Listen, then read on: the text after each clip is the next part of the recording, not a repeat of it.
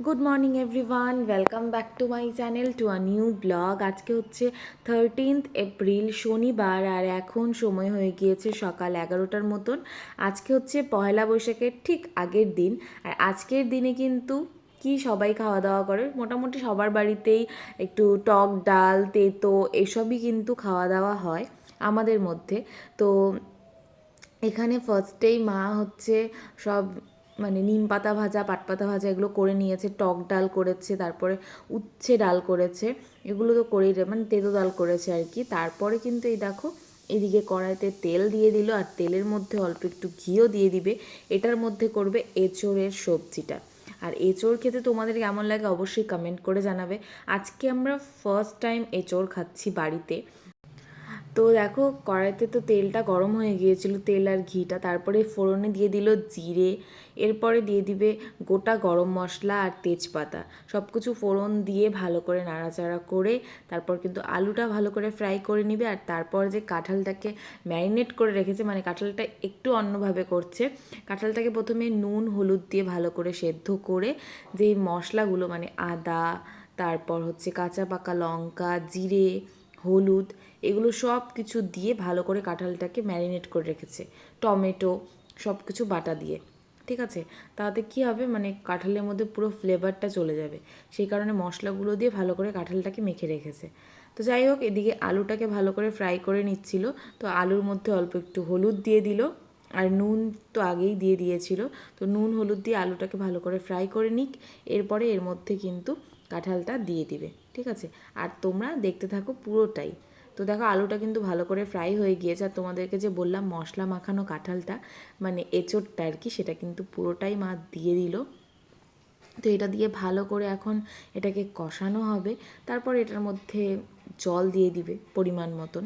তো যাই হোক, এঁচোড়ের তরকারিটা তো হবেই। আর টক ডালটা খেতে না আমার বেশ ভালো লাগে, মানে আমাদের বাড়িতেও ওই বাড়িতেও কিন্তু এগুলোই হতো। তো আমাদের বাড়িতে সব কিছু দিয়ে একটা মানে ঘাঁটি তরকারি হতো, সব সবজি দিয়ে একদম, তার মধ্যে কাঁঠাল থাকতো, এক্সট্রা করে আর আলাদা করে কাঁঠালটা করতো না, মানে একবারে সব সবজি দিয়ে কাঁঠাল দিয়ে করতো। সেটাও কিন্তু খেতে বেশ ভালো হতো, মানে দারুণই লাগতো। আর সব থেকে আমার যেটা বেশি ভালো লাগে টক ডালটা, টক ডালটা খেতে না আমার বেশ ভালো লাগে, মানে আম ডালটা আর কি, আম দিয়ে যে ডালটা করে ভীষণই ভালো লাগে, মানে তেঁতো ডালের থেকেও টক ডালটা বেশি ভালো লাগে। তো যাই হোক, সুন্দর করে কথা বলতে বলতে থাকো, এদিকে মার মোটামুটি কিন্তু এঁচোড়টা হয়ে যাচ্ছে। ঠিক আছে, তো তোমরা দেখতে থাকো পুরোটা, একদমই কিন্তু স্কিপ করো না। হালকা একটু নাড়াচাড়া করে এখন এঁচোড় একটু ঢেকে রাখা হবে কিছুক্ষণের জন্য, যাতে আরেকটু ভালো করে সেদ্ধ হয়ে যায়। তো কিছুক্ষণ ঢেকে রাখার পর দেখো অনেকটাই সেদ্ধ হয়ে গিয়েছে। মা এদিকে গরম জল বসিয়ে দিয়েছে, তো গরম জলটা এর মধ্যে দিয়ে দিবে। তো ভালো করে এটাকে আগে নাড়িয়ে চাড়িয়ে নিচ্ছে। আরও কয়েকটা মানে কাঁচা লঙ্কাও কিন্তু এর মধ্যে দিয়ে দিয়েছে। এমনিতে তো সব লঙ্কাগুলো পেস্ট করেই দিয়েছে, তাছাড়াও কিছু লঙ্কা এর মধ্যে এমনি নর্মালিও দিয়ে দিয়েছে। আর দেখো সুন্দর করে নাড়িয়ে চাড়িয়ে নিচ্ছে, তোমরা দেখতে থাকো পুরোটা, একদমই কিন্তু স্কিপ করো না। এরপর কিন্তু এই গরম জলটা এর মধ্যে দিয়ে দিবে, কারণ কাঁঠালটা কিন্তু সুন্দর করে ফ্রাই করে নিয়েছে। ঠিক আছে, তো এরপরে গরম জলটা দিয়ে দিল কিছুটা পরিমাণ। এখন কিছুটা পরিমাণ এটা সেদ্ধ হবে, এরপর একটু ঘি আর একটু গরম মশলা দিলেই কিন্তু আমাদের এঁচোড়ের সবজিটা কিন্তু একদম রেডি। আমার নর্মালি এই কাঁচাটাই খেতে বেশি ভালো লাগে, মানে এঁচোড়ের সবজিটাই বেশি ভালো লাগে। আর কাঁঠাল যেটা নর্মালি মানে পাকা কাঁঠাল, সেটা খেতে আমার একদমই ভালো লাগে না। ওই এক থেকে দুটো আমি খাই, কোনো সময় মুখে দেই, ইচ্ছে হলে খেলাম, না ইচ্ছে হলে খেলাম না, এরকম একটা ব্যাপার, মানে আমার অত ভালো লাগে না ওটা। কিন্তু এঁচোড়ের সবজিটা খেতে জাস্ট দারুণ লাগে। তো যাই হোক, মা এদিকে ঘি দিয়ে দিল এঁচোড়ের মধ্যে, আর এই পাশে দেখো নিম পাতাটাকে ফ্রাই করে নিয়েছে। ঘি আর গরম মশলা, ঘি গরম মশলা না দিলে কিন্তু একটা আলাদাই ফ্লেভারটা আসবে না। তো যাই হোক, এগুলো একদম বাড়িতে বানানো, মানে ঘিটাও বাড়িতে বানানো আর গরম মশলাটাও কিন্তু বাড়িতেই বানানো। আর ওদিকে নিম পাতা ভাজাটাও মা করে নিল। আর সব কিছুই মোটামুটি কমপ্লিট, এখন আমরা খাওয়া দাওয়াটা করে নিব। তো চলো তোমরা দেখতে থাকো পুরোটা। তো খেতে বসে গিয়েছি, এখানে দেখো ফার্স্টেই দিয়ে দিয়েছে সব তেতো, তারপর হচ্ছে শাক। ঠিক আছে, এই যে পাট পাতা ভাজা, নিম, আমি একদমই অল্প অল্প খাই, একদমই একদমই কম, দেখো কী করছিল। ঠিক আছে, সবগুলো একদম ঢেকে ঢেকে রাখছিল আর কি। আগে ছোটোবেলায় আমি তাই করতাম, যে একটু একটু নিয়ে জাস্ট খালি একটা বাইট আমি নিয়ে নিতাম ওরকম করে, কারণ আমার অতটা ভালো লাগে না তেতো খেতে, কারোরই ভালো লাগে না আমি জানি, অনেকের আবার পছন্দ। আর এখানে হচ্ছে 2 রকমের ডাল ছিল, একটা আম ডাল আর একটা হচ্ছে মানে টক ডাল আর একটা হচ্ছে তেঁতো ডাল, ঠিক আছে, আর কাঁঠালের সবজি। তো চলো এগুলো দিয়ে খাওয়া দাওয়া করি, আর তোমরা দেখতে থাকো পুরো ব্লগটা। Good morning everyone, welcome back to my channel to a new blog. আজকে হচ্ছে 14th এপ্রিল, রবিবার, আর এখন সময় হয়ে গিয়েছে সকাল 9টার মতন। সকালবেলা ঘুম থেকে উঠে পড়েছি, আর তোমাদেরকে জানাচ্ছি আজকে শুভ নববর্ষ। তো শুভ নববর্ষের প্রীতি ও শুভেচ্ছা তোমাদের সকলকে। আর সকালবেলা ঘুম থেকে উঠে এখন দেখো বিছানাটা আগে পরিষ্কার করব, মানে আমরা নতুন জামা কাপড় পরবো, তো সব কিছু একটু নতুন নতুন হলে কিন্তু বেশি ভালো লাগে দেখতে, সেই কারণে বেড কভারটা, নতুন একটা বেড কভার পেতে নিব। তো চলো তোমাদেরকে দেখাচ্ছি, তোমরা পুরো ব্লগটা দেখতে থাকো আর এনজয় করো। আর আজকে দুপুরের লাঞ্চ থেকে শুরু করে সকালে কি খাওয়া দাওয়া এভরিথিং তোমাদের সাথে শেয়ার করব, তো তোমরা পুরোটা দেখতে থাকো। দেখো সুন্দর দেখে একটা চাদর পেতে নিলাম, এই যে বালিশের কভারও রয়েছে একদম নতুন, কারণ আমরা নতুন নতুন ড্রেস পরবো আর বিছানা চাদরটা পাল্টাবো না, সেটা কিন্তু হয় না, ঠিক আছে। তো চাদরটা পাল্টে নিলাম, এই দেখো কালারটাও বেশ সুন্দর। তো এই হচ্ছে চাদর। তো চলো একদম স্নান করে এসে রেডি হয়ে তোমাদের সাথে দেখা করছি। কিন্তু তোমাদেরকে দেখিয়ে দিলাম যে পাশ বালিশের কাভারগুলো এনেছিলাম, তো এই দেখো পাশ বালিশের কাভারগুলো পরিয়ে দিলাম। আর এই যে পর্দাটা ওখানে তো ভালো লাগেনি, পরে এই জানলাটায় লাগানো হয়েছে, দেখতেই পাচ্ছ, ঠিক আছে, মানে দুটো স্কাই কালার আর মাঝখানেরটা হচ্ছে অফ হোয়াইট কালার। তো আমার এটা ভালো লেগেছিল, আর দামটাও খুব রিজনেবল প্রাইস ছিল, একদমই কম ছিল, সেই কারণে নিয়ে নিয়েছি। আর কি বলো তো, গরমের দিনে একটু হালকা হলে মানে হাওয়াটা যাওয়া আসা করতে পারে, নয়তো তো মোটা মোটাগুলো না হাওয়া যাতায়াত করতে পারে না। শীতের দিনের জন্য ঠিক আছে। তো যাই হোক, এগুলো তো তোমাদেরকে দেখিয়েছিলাম। আর এই বেড কভারটার সাথে শুধু বালিশের কভারই ছিল, পাশ বালিশের কভারগুলো ছিল না। তো যাই হোক, এই যে দেখিয়ে দিলাম তোমাদেরকে। তো চলো একটু পরে দেখা করছি। তো আজকে হচ্ছে শাড়ি পরবো পয়লা বৈশাখের দিন, তো এই শাড়িটা বের করেছি। তো চলো রেডি হয়ে দেখা করছি। তো এই দেখো স্নান করে শাড়িটা পরে নিলাম। তো চলো এখন একটু পুজো দিয়ে নিব, তারপর নিচে গিয়ে দেখাচ্ছি তোমাদেরকে সব কিছু, আজকের মেনুতে কি হবে এভরিথিং। তো চলো। তো দেখো এখানে ঠাকুর ঘরে একটু পুজো দিয়ে নিয়েছি, তারপরে এখানে রান্নাঘরে চলে এসেছি। মা এদিকে রান্নাবান্না বসিয়ে দিয়েছে। তো ফার্স্টেই করে নিচ্ছিল পনির, আর এদিকে কিন্তু ভাতটা করে নিয়েছে, কারণ আজকে হবে বিরিয়ানি। তো চলো আগে সকালে ব্রেকফাস্টটা করে নিই, তারপর তোমাদেরকে দেখাচ্ছি। তো সকালের ব্রেকফাস্টটা আজকে দোকান থেকে লুচি নিয়ে এসেছিলো, লুচি আর সবজি। তো এগুলো দিয়ে আজকের ব্রেকফাস্টটা করব। আর তার সাথে আজকের বিরিয়ানিটা কিসের হবে চলো দেখাচ্ছি।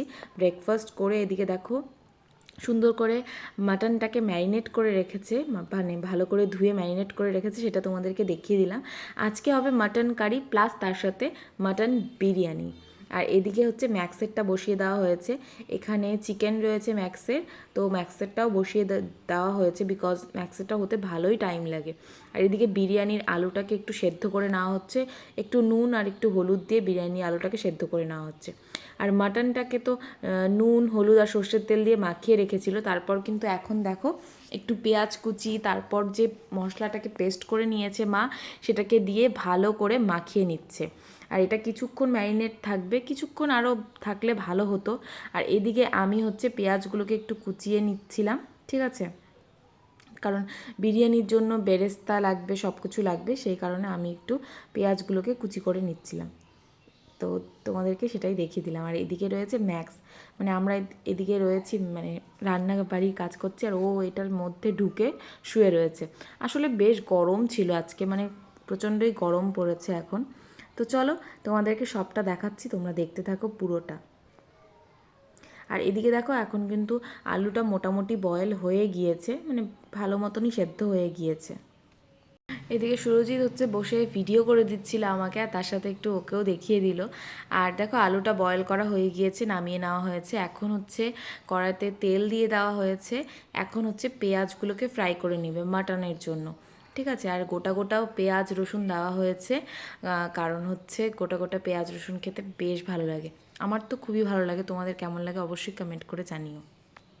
এদিকে কিন্তু মা কড়াইতে ফোড়ন দিয়ে দিয়েছিল জিরে, তারপর গোটা গরম মশলা, তারপর হচ্ছে তেজপাতা, তারপরে কিন্তু পেঁয়াজটা দিয়ে ভালো করে ফ্রাই করে নিল। আর এখন কিন্তু এর মধ্যে মাটনটা দিয়ে দিবে। আর মাটনের মধ্যে কিন্তু অনেকটা পেঁয়াজ কুচি দিয়ে ভালো করে মাখিয়ে নিয়েছে, যার কারণে এই তেলে ফ্রাই করে অল্প পেঁয়াজই দিল। ঠিক আছে, তোমরা ভাবতে পারো যে অল্প একটু পেঁয়াজ কেন, সেই কারণে বলে দিলাম। কারণ যেহেতু অনেকটা পেঁয়াজ মাটনের মধ্যে মাখিয়ে দিয়েছে, সেই কারণে অল্প পেঁয়াজটাই ফ্রাই করে দিল, যাতে একটা সুন্দর ফ্লেভার আসে, সেই কারণে। তো পুরো ম্যারিনেট করা মাটনটা কিন্তু দিয়ে দিল। এটা দিয়ে কিছুক্ষণ রাখলে ভালো হতো, মানে একটু টাইম ম্যারিনেটটা বেশি থাকলে ভালো হতো, যেহেতু আমাদের কাছে অত টাইম নেই, সেই কারণে হচ্ছে তাড়াতাড়ি মা এখন বসিয়ে দিল। তো মাটনটা হতে থাকুক আর তোমরা কিন্তু দেখতে থাকো পুরোটা। ভালো করে অনেকটা টাইম নিয়ে কিন্তু সুন্দর করে মশলার সাথে মাটনটাকে মা দেখো ভালো করে কষিয়ে নিয়েছে। আর এর মধ্যে কিন্তু ওই গোটা গোটা রসুনগুলো অনেকক্ষণ আগেই দিয়ে দেওয়া হয়েছে।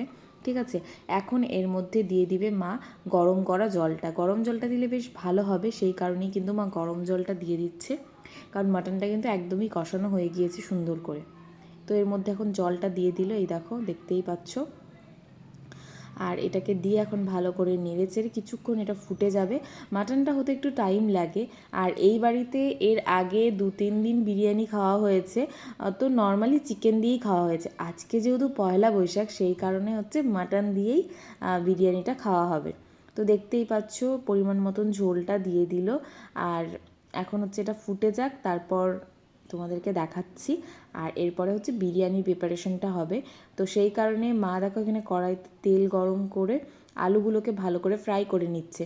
মানে যেই আলুগুলোকে ভালো করে সেদ্ধ করে নেওয়া হয়েছিল, সেটাকে কিন্তু এখন একটু ফ্রাই করে নিচ্ছে। ফ্রাই করলে বেশি ভালো হবে।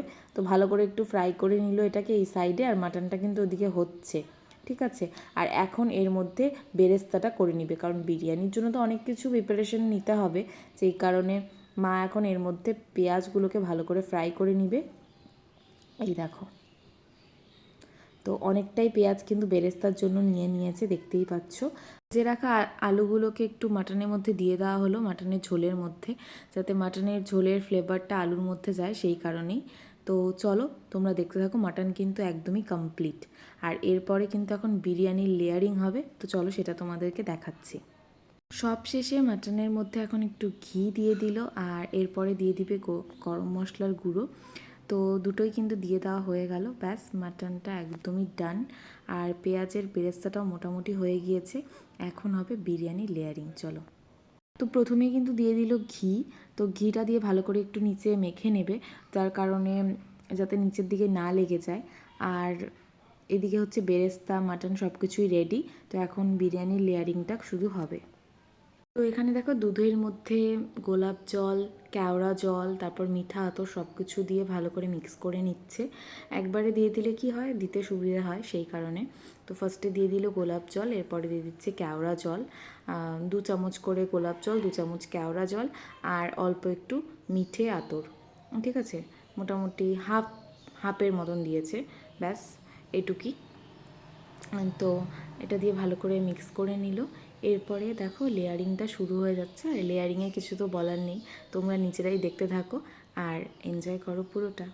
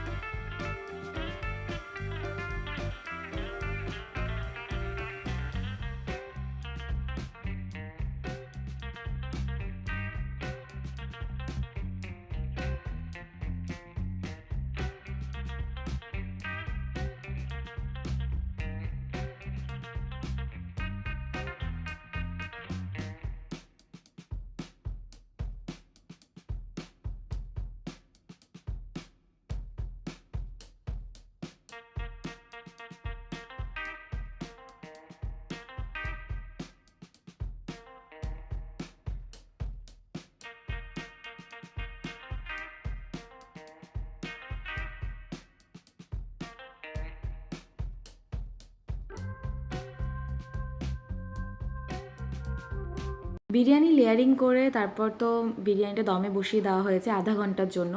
আর আমি এখানে গাজরটাকে কুড়িয়ে নিলাম, এটা দিয়ে করবে মা ফ্রাইড রাইস ঠাম্মার জন্য। আর তার সাথে অল্প একটু গাজর, শসা আর পেঁয়াজও কুড়িয়ে নিচ্ছি, এটা দিয়ে করব হচ্ছে রায়তা।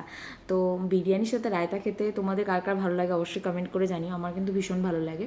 তো আধা ঘন্টা কিন্তু হয়ে গিয়েছে, এখন হচ্ছে হাঁডিটার মুখটা খোলা হবে, ঠিক আছে, ওটাই আর কি ওর সাথে ওকে বলছিলাম, কারণ ভীষণই গরম ছিল। তো যাই হোক, হাঁডিটা খোলা হবে। আর মোটামুটি আধ ঘন্টা কি 40 মিনিটের মতন কিন্তু বিরিয়ানিটা দম দেওয়া হয়ে গিয়েছে। তো বিরিয়ানি দেখো খুলে নিলাম হাঁডিটার মুখটা, আর ভীষণ সুন্দর একটা স্মেল আসছিল। তারপরে এর ওপর দিয়ে ছড়িয়ে দেওয়া হলো আবারও ঘি, ঠিক আছে। তো এর উপরে ঘি দিয়ে দেওয়া হলো, ব্যাস। এখন একটু ভালো করে একটু নেড়ে চেড়ে নেওয়া হচ্ছে। আর এটা ফার্স্টেই হচ্ছে আমি একটা টিফিন বাটি নিয়ে নিয়েছি, দেখতেই পাচ্ছ।